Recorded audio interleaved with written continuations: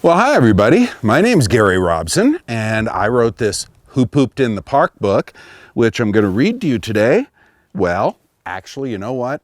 I'm going to read to Rocky, because Rocky really looks interested. He's a porcupine at the Yellowstone Wildlife Sanctuary. His friend Sidney is sitting right there. We've got a little bit of food for them. I don't know if I can convince him to come up and sit up here with me, or whether he's going to sit down there and eat. But we'll see what he thinks of the book anyway. There's a whole bunch of different Who Pooped in the Park books. This one is set in Yellowstone National Park. We are in the greater Yellowstone ecosystem, but not actually in the park right now. We are at the Yellowstone Wildlife Sanctuary. Dad, I have to go to the bathroom. Michael squirmed in the back seat. We'll be at our campground in just half an hour, said Dad. We're in Yellowstone National Park now. Yeah, you're from Rocky Mountain National Park, aren't you, Rocky? That's what you got your name from. He's just nervous, said Michael's sister. He thinks a bear's gonna eat him. She growled at Michael and made her fingers look like claws. Stop it, Emily, said Mom. Nobody is getting eaten by anything. Michael was very excited about the trip, but Emily was right. He was nervous. He had just read a book about grizzly bears, and he knew how big they could get. He also knew that a hungry grizzly bear would eat just about anything, maybe even a boy. I am kind of scared of bears, admitted Michael. Don't worry, Dad told him. We'll show you how to count a bear's toes and never get close enough to be scared. Here's our campsite. Let's set up the tent. Then we can go for a walk, and I'll show you what I mean, Dad said. Michael was awfully worried about grizzly bear toes, but tried not to show it. Let's hurry, said Emily. I want to see some animals. We're seeing some animals. Rocky can see a bunch of animals from here in his habitat. Once the tent was set up, the whole family went out for a hike. Emily started to complain before they even left the campground. I haven't seen any animals yet. Maybe there aren't any here. Well, I see a raccoon behind the tree in that picture, and there's a raccoon right over there where Rocky and Sidney can see him all the time. You want something, Sidney? You can have a little bit too. There are definitely animals here, said Dad. We're going to learn about them from their scat. Scat, said Michael. What's scat? Scat is the word hikers and trackers use for animal poop, Mom said. That big flat thing there is bison poop. People call those buffalo chips. It looks hard, said Michael. Not squishy like poop. Fresh bison poop is squishy, answered Dad, but it dries out. You can tell how old it is by how hard it is. The Plains Indians that lived all around here used to use bison poop for their campfires because there were no trees in the area for them to cut down to be able to use wood. Oh, you need some more food? Hey, Sidney, here you go. Bison, said Michael. I thought Mom said this was from a buffalo. Technically, they're called bison, Dad responded, but early settlers called them buffalo because they looked like buffaloes from other parts of the world, and the name stuck. There are some bison tracks, said Mom.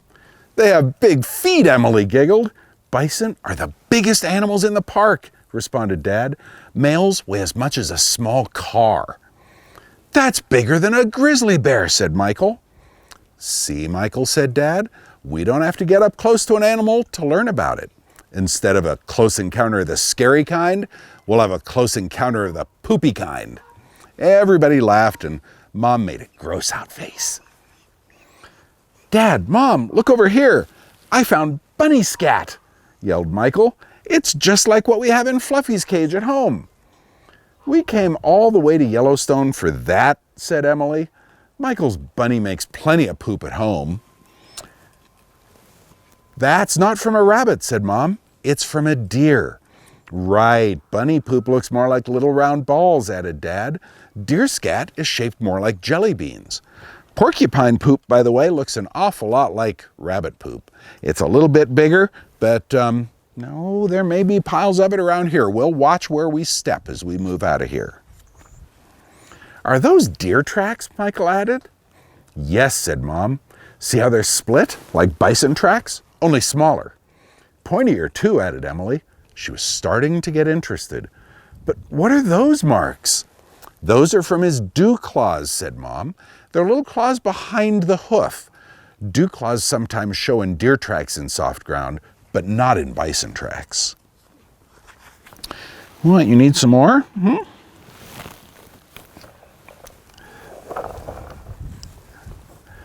Oh no, said Michael. Here's one of his antlers. Did a bear eat him? Michael looked around nervously. Dad picked up the antler. No, he's fine. Deer and elk shed their antlers every winter and then grow a new, bigger set. This antler is from an elk. The elk was in a hurry, though, said Mom as she studied the ground. Michael and Emily went over to look. How can you tell? Said Michael. The hoof prints get very far apart here, Mom explained, and the back prints are in front of the front prints. He was walking backwards, said Emily. No, he was galloping. Something scared him and he was moving fast. These guys sometimes move backwards. They do that a lot, especially when they're coming down a tree. They don't go forward like a squirrel does. There you go. He loves broccoli. I know what scared him, Dad called. The family hurried over to look. This is wolf scat, Dad said, and there are wolf tracks all around here. They look like dog tracks, said Michael. Big ones, Emily added. Did you finish that already? Goodness, you're a hungry porcupine. Speaking of tracks, take a look at the feet on this porcupine. He has long claws that leave really interesting tracks, and they help him to climb. Here you go. Big teeth, too. Most of the tracks are shallow, Mom pointed out, but these are very deep and the dirt is pushed up behind them. That's where the wolf launched himself toward the elk and started chasing him, exclaimed Dad. Did the wolf get him? Michael asked. I don't think so, said Mom. Look! Far across the meadow, they saw two wolves lying in the sun. As they walked along the trail into the woods, Michael looked all over for tracks. Look, everyone! I found another wolf track. That's not a wolf track, said Dad. It doesn't show any claw marks, and the front of the big pad looks dented in. What do you think that's from? It's as big as a wolf track. Looks like a wolf track, but no claw marks. That sounds more like it's from a cat than a dog. And sure enough, you found a mountain lion track, said Mom. Let's look for mountain lion poop, said Michael. Well, I don't think you'll find any, said Mom, but you can look. Here, does anybody know why you're not likely to find mountain lion poop? Because mountain lions are cats, and just like your pet cat at home, they bury their poop. Wow, there's a huge pile right here in the middle of the trail. That's not from a mountain lion. All you can see in it is vegetables and something that looks like oats, said Dad. It's horse poop, said Emily. Right, said Mom. People ride horses out here. See if you can find any tracks. We don't see a lot of tracks from porcupines like Rocky because he likes to live in trees. They'll come down on the ground, but they're much happier up in a tree than they are down on the ground. Have to come down if they're going to find broccoli like that, though. Michael found tracks all right, but they didn't look like he expected. That's an awfully funny shaped hoof, he said. Horses don't have split hooves like bison and deer, said Dad. It's just one part. He means the shoe, said Mom. Michael looked puzzled and Dad laughed. Horses that are ridden a lot have metal shoes to keep their hooves from wearing down. That's the track you're seeing.